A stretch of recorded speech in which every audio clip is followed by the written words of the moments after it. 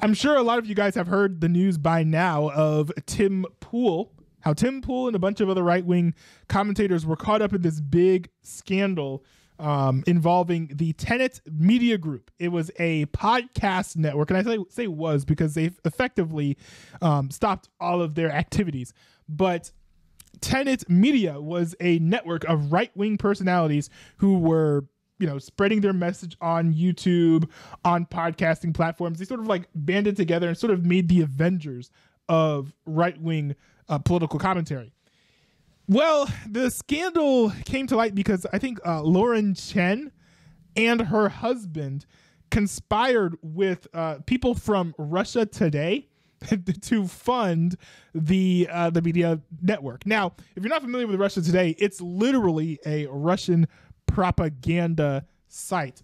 And so, now we have the situation where a whole bunch of right-wing personalities were literally getting paid by the Russian government. So a lot of people are saying, oh, these people are Russian spies. Well, it turned out that the DOJ was like, well, no, these people were victims because they actually didn't know that they were being funded by the Russian government. Now, it's unclear as to whether or not the government thinks that Lauren Chen knew that they were Russians that they were dealing with. It seems to me like she did, because I think that some of the allegations were that Lauren Chen deceived the other individuals in creating the network. I do think it's also telling that if you go to Lauren Chen's page on X, actually, she has been dead silent since all of this news came out. As has Tenet Media. If you go to Tenet Media's page, Tenet Media has also been absolutely silent. So I think that sort of shows that there's either some guilt or some sort of investigation going on. And of course, with those types of things, speaking out publicly could most certainly damage any ongoing cases that you've got. So there's a possibility that she was the culprit there.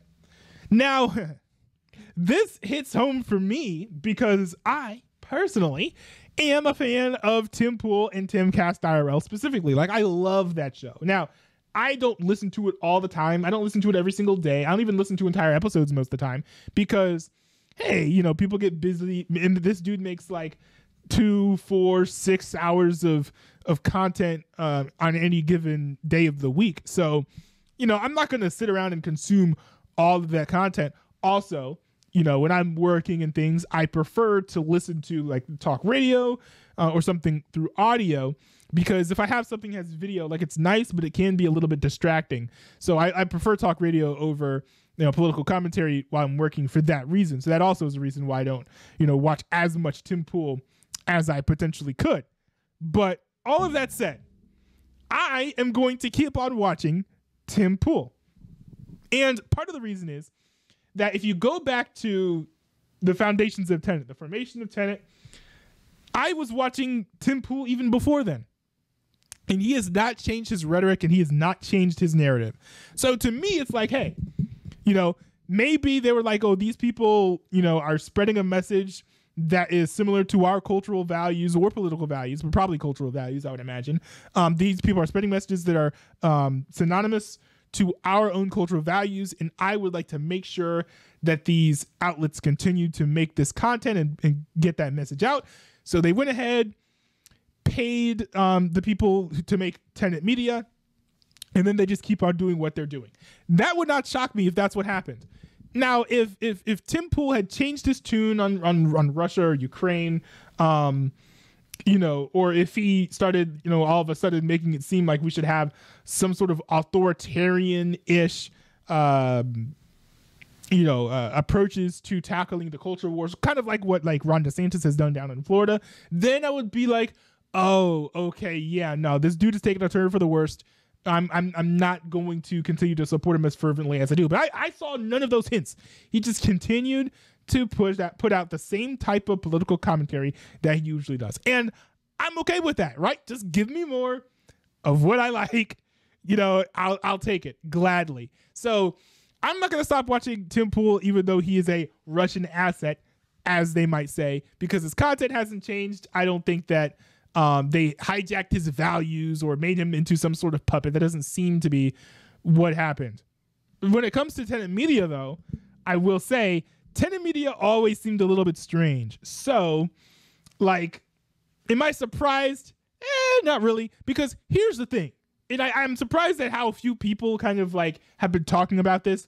But usually when there's a podcast network that comes out, especially when it has high profile personalities on it, there will be a sort of marketing push. There'll be a lot of people saying, yo, we're launching this new thing. It's going to be awesome. It's going to be epic. We're launching it in 1 month.